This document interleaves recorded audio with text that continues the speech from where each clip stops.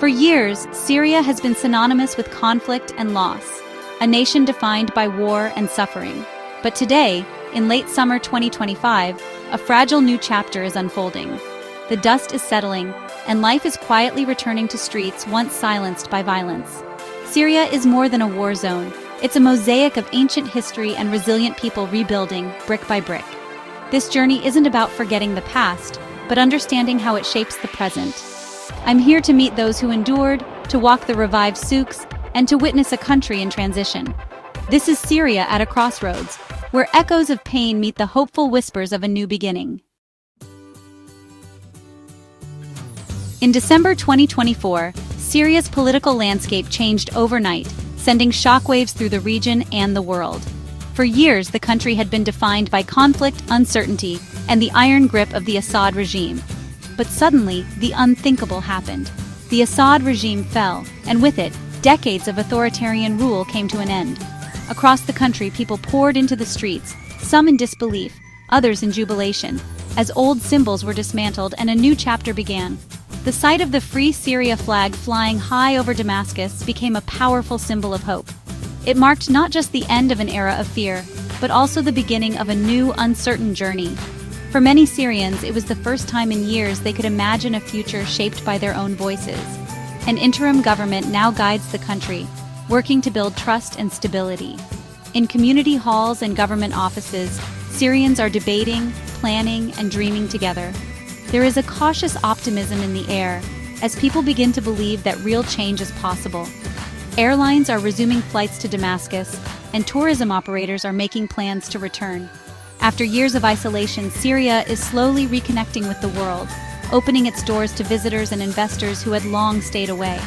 Yet, the scars of war remain everywhere. Much of the infrastructure is fragile, with roads, bridges, and buildings still bearing the marks of conflict. For now, overland journeys from Beirut or Amman are still the norm, as the country works to rebuild what was lost. Military checkpoints still dot the landscape, silent reminders of the divisions that once tore the nation apart. But with each passing day, these barriers are slowly coming down, and the wounds of the past are beginning to heal. Hotel owners and tour guides are reopening their doors, eager to welcome travelers and share Syria's rich history and culture. They hope to show the world a side of Syria that goes beyond its years of conflict.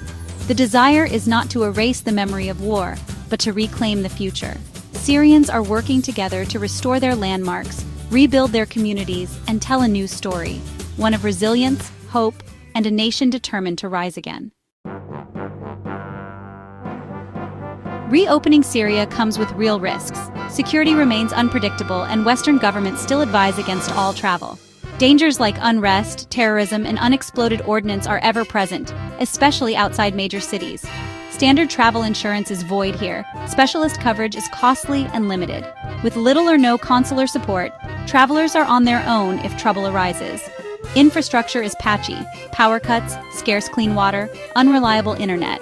Overland travel means navigating unpredictable checkpoints and potential threats. Kidnapping remains a concern, especially for Westerners. Syria is not for casual tourists. It demands careful planning and acceptance of real danger. The rewards are profound, but so are the risks. This journey is for those prepared to face both. Syria's ancient sites, Palmyra, the Umayyad Mosque, Crac des Chevaliers, once drew millions of travelers, historians, and dreamers from every corner of the world. These places were not just destinations, they were living chapters of human civilization, echoing with the footsteps of empires and the prayers of generations. Now, visiting them means witnessing both grandeur and the scars of war. The stones still whisper stories of glory, but they also bear the wounds of recent conflict. Crumbling facades, shattered columns, and silent courtyards that once rang with laughter and life. The Umayyad Mosque stands as a symbol of survival, its ancient mosaics and sunlit courtyards offering a rare sense of peace amid the city's slow recovery. Here, the golden tiles glimmer with hope, and the call to prayer rises above the city's noise, reminding all who visit that faith and beauty endure even in the darkest times. Locals share stories of the mosque's near miss with destruction, their relief palpable in every word and gesture. For many, the mosque is more than a monument. It is a sanctuary, a place where memories of peace and community are fiercely protected. Palmyra, once the jewel of the desert, now stands as a haunting mix of breathtaking ruins and deliberate devastation. The city's grand colonnades and temples, battered by ISIS, are both a testament to ancient ingenuity and a stark reminder of the fragility of heritage in times of war.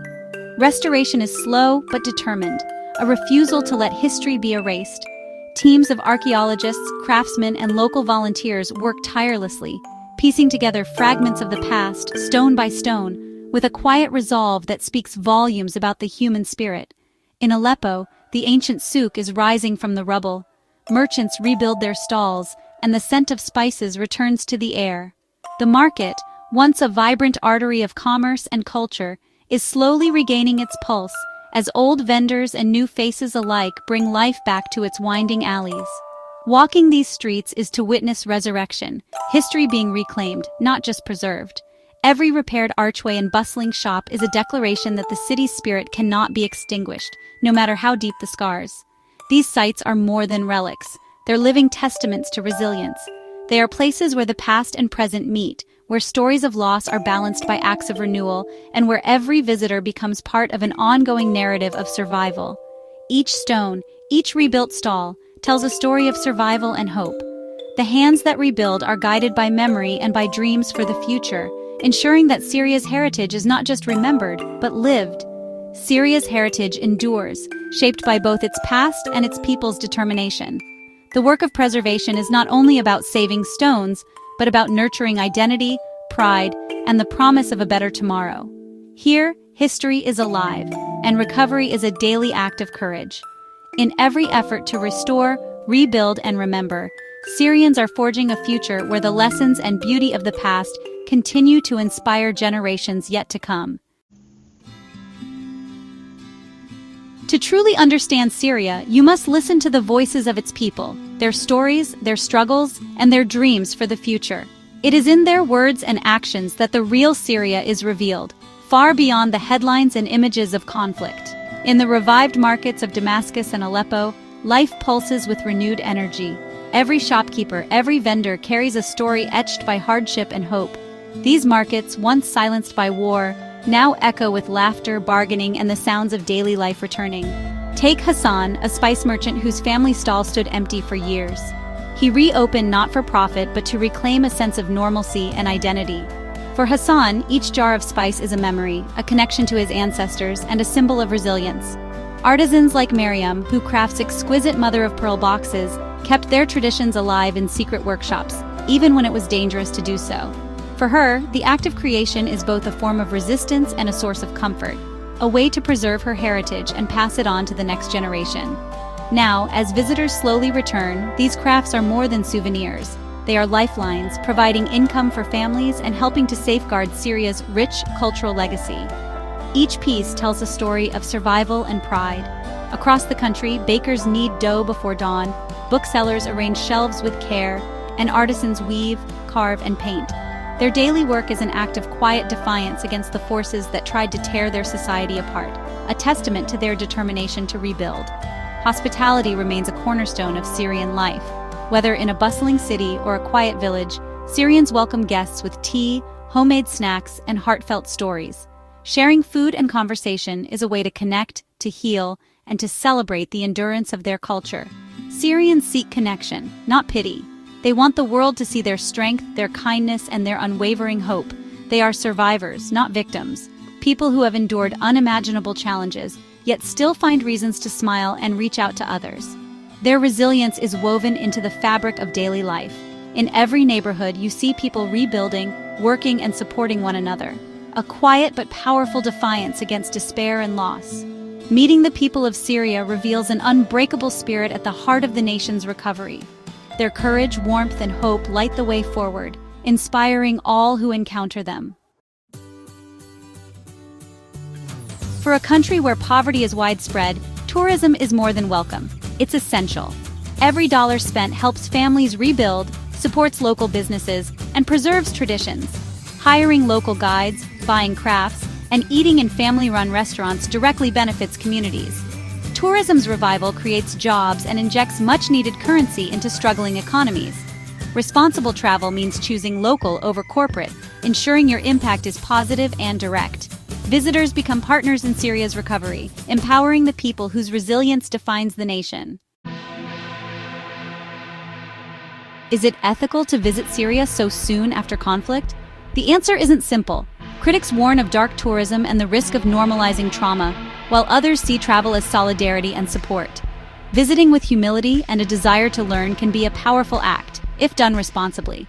Local guides and business owners overwhelmingly welcome visitors, seeing tourism as vital for survival. The ethics come down to intention. Are you here to help, to listen, to support? Responsible travel means asking hard questions and putting local people first. Done right, your visit can foster understanding and contribute to healing. If one word defines Syria, it's resilience. You see it in Palmyra's restored stones and Aleppo's bustling souks. It's in students dreaming of rebuilding their country and families sharing meals amid ruins. Everyday acts, music, laughter, hospitality, are quiet defiance against despair. War has left deep wounds, but it hasn't broken Syria's spirit. Visiting is humbling. You witness strength forged through hardship. The road to healing is long, but hope endures in every corner. Syria's story is one of survival, adaptation, and the relentless pursuit of a better future. As my journey ends, Syria's true story lingers. A nation of sorrow and joy, ancient and modern, broken yet unbowed.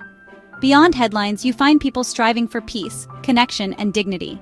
This isn't a call for mass tourism, but an invitation to look deeper and engage with Syria's humanity.